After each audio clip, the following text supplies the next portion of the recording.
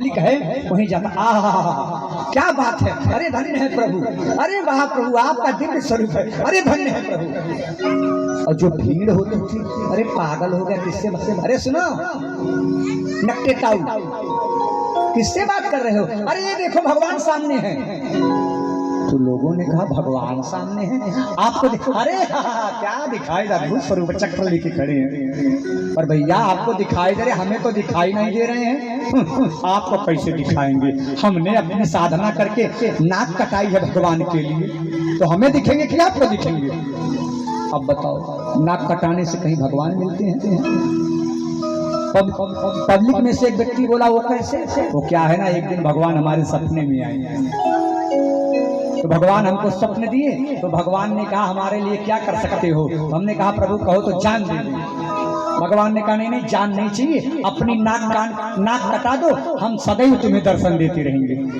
तो हमने कहा फिर भगवान का दर्शन होता रहेगा, इससे बढ़िया नाक थोड़ी है, नाक हम अपनी काटते हैं। अब बताओ नाक काटने से भगवान मिलते हैं?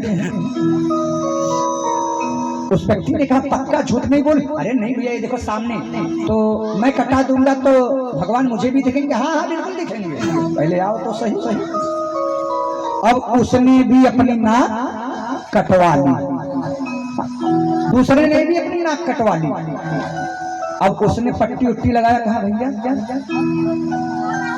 कहाँ है भगवान, दिखाई नहीं दे रहे हैं, बताओ कहाँ भगवान है नक्टे भैया, आपको दिख रहे हैं हमें नहीं दिख रहे हैं। तो उस नक्टे भैया ने कहा हमें भी नहीं दिख रहे हैं। क्या? हाँ हाँ हमें भी नहीं दिख रहे हैं। अरे जब हमें नहीं दिख रहे हैं तो हमारी नाक काहे कटवा दी, इसीलिए कटवा दे, हम अकेले थे, हम अकेले थे इसीलिए हम सोचे एक से भले दो। अब हम जो बोले यही तुम भी बोलती रहो। अब दोनों अब तक तो एक कहता तो कम लोग मानते, अब दो हो गए। ये इधर चिल्लाता क्या भगवान दर्शन दे रहे हैं, क्या भगवान दर्शन दे रहे हैं, 3-4 लोग और आ गए। अरे भगवान दर्शन, भगवान दिख रहे हैं। हाँ कैसे, नाक कटाना पड़ेगा, नाक कटाना पड़ेगा। अब धीरे धीरे संख्या नाकों की जो है कई हो गई, पूरे नखरे एक तरफ से हो गए। अब बताओ नाक कटाने से भगवान मिलते हैं? तो मूर्खों का समूह चल पड़ा। तो सूर्पनखा भी कहती हमार कटी सो कटी, इन्हों लोगों का हम ना छोड़। तो गई है हर दूसरे के पास, यहाँ बैठ के मदिरा का पान कर रहे हैं। और वहां 2 पुरुष आए हुए हैं, राम और लक्ष्मण नाम है, मैंने आपका नाम लिया, उनके साथ सुंदर उनकी पत्नी है, उन्होंने आपका नाम सुनते ही 100 गाली आपको दी, और उसके छोटे भाई ने मेरा ये हाल कर दिया, नाक ही काट दिया। खरदूसर कहे क्या, मेरा नाम बताई? हाँ बताई, फिर भी मेरी नाक कान काट दी। अब खरदूसर वहां से गरजते हुए आए, आगे किसको कर लिए? नकटा। अब नकटा माने आगे आएगा तो बताओ शुभ होगा कि अशुभ होगा? अशुभ हो गया, पहले ही आए।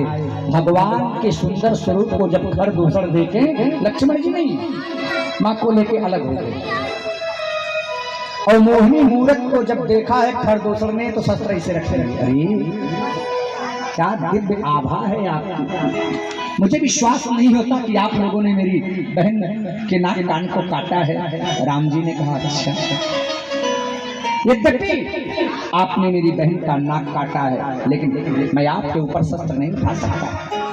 यद्यप भगने के नृपा, लेकिन बध लायक नहीं पुरुष है, अनुपा आप बध की योग्य नहीं है। राम जी ने कहा जब बध की योग्य नहीं है, युद्ध नहीं कर सकते हो, तो हार स्वीकारो और यहाँ से जाओ।